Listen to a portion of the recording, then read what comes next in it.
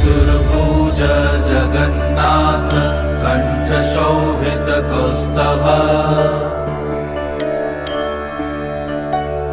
Padmanabha Vedgarbh चन्द्रसूर्य विलकना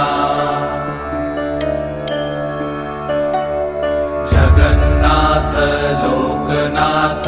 नीलाद्रीश परहरि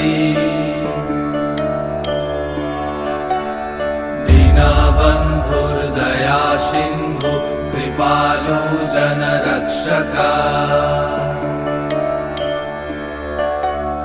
कम्बुपाणि Chakrapani Padmanabha Narottam